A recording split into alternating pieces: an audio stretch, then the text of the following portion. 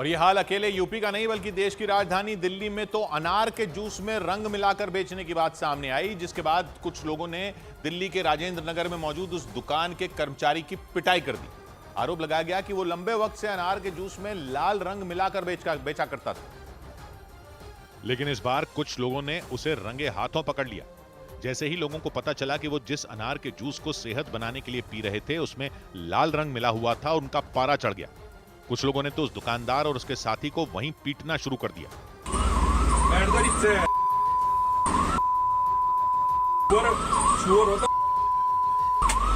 वहां मौजूद कुछ लोगों ने दावा किया कि उन्होंने पहले भी इस पर ऐतराज जताया था और उस दुकानदार को जूस में रंग न मिलाने की चेतावनी दी थी, लेकिन उसने उनकी बात नहीं मानी।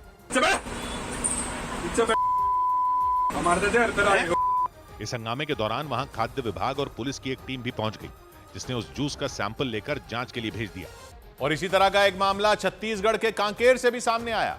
वहां मिनरल वाटर की एक फैक्ट्री में एक आदमी पानी की खाली बोतलों में फूंक मारने के बाद उनमें पानी भरता नजर आया, जिसके बाद वहां बवाल मच गया, क्योंकि कांकेर की उस फैक्ट्री में वो आदमी पानी की बोतलों को मुंह से लगाकर उनमें फूंकता नजर आया। मिनरल वाटर की उस फैक्ट्री में एक मशीन के जरिए प्लास्टिक की बोतलें आगे बढ़ती दिखीं और वो आदमी उन बोतलों को उठा उठाकर उनमें फूंक मारता दिखाई दिया। इसके बाद उन्हीं बोतलों में मिनरल वाटर भरा गया। जैसे ये मामला सामने आया वहां हंगामा मच गया। इसकी शिकायत खाद्य विभाग से की गई, जिसके बाद उस फैक्ट्री में जांच के लिए खाद्य विभाग की एक टीम पहुंच गई। पानी का बोतल को फूंक फूंक के रख रहा था, उसके लिए पंचनामा तैयार किए हैं। पंचनामा तैयार करके उसको नोटिस भेजे। आरोप सही पाए जाने पर खाद्य विभाग ने कांकेर वैली नाम की उस फैक्ट्री को सील कर दिया। जांच के लिए आए अधिकारी उस फैक्ट्री पर ताला लगाते नजर आए। खाद्य विभाग ने उस फैक्ट्री के मालिक शेख अलीम के खिलाफ इस मामले में नोटिस भी जारी कर दिया। सौ बात की एक बात यह कि हो क्या रहा है खाने पीने की चीजों में।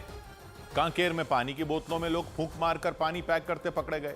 दिल्ली में अनार के जूस में रंग मिलाते पकड़े गए। बागपत में तो फिर वही विभत्स हरकत, रोटियों को थूक लगाकर तंदूर में डाल रहे हैं। बाहर खाए ही नहीं क्या क्या चेक करती फिरेगी पब्लिक। ये तो वीडियो मिल जाते हैं तो दिख जाता है कि क्या हो रहा था। इससे पहले ये सब लोग क्या यही सब कर रहे थे?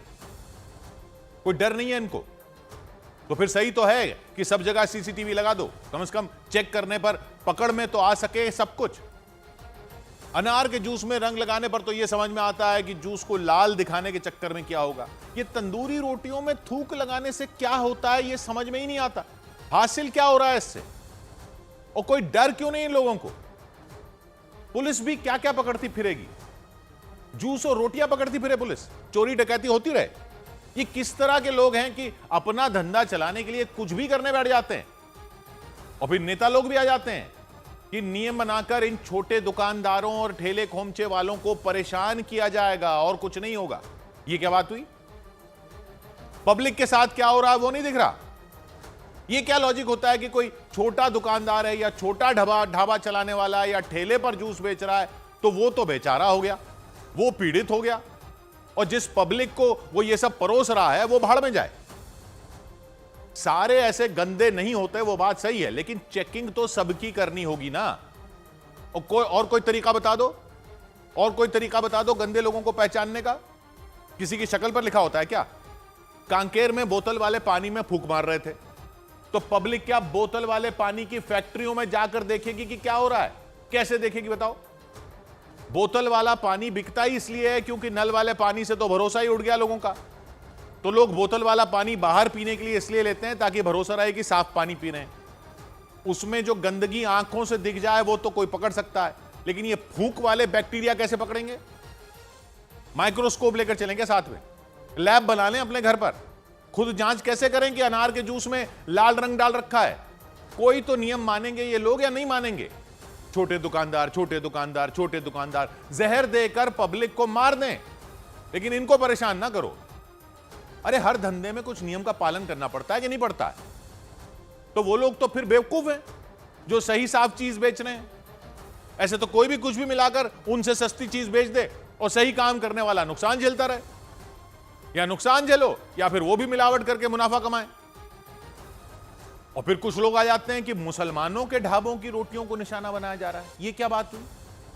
कोई थूक लगाकर तंदूरी रोटियां बनाए तो उसको बनाने दें, क्योंकि कहीं सांप्रदायिकता ना हो जाए। इसमें हिंदू मुसलमान कहां से आ गया? गंदा धंधा करने वाला गंदा धंधा करने वाला है। यह कैसी नेतागिरी है कि गंदे के भी बचाव में आ जाओगे? इसमें भी पॉलिटिक्स। पकड़कर धंधा ही नहीं बंद कर देना चाहिए ऐसे गंदे लोगों का? ठेले पर बेच रहे हैं तो काहे के बेचारे? जो लोग ये सब खा पीकर अंदर से बीमार होते जा रहे हैं वो बेचा रहे हैं या ये लोग बेचा रहे हैं? छोटा कारोबारी होना कोई ईमानदारी की गारंटी होती है क्या? बेकार की बात, 100 बात की एक बात।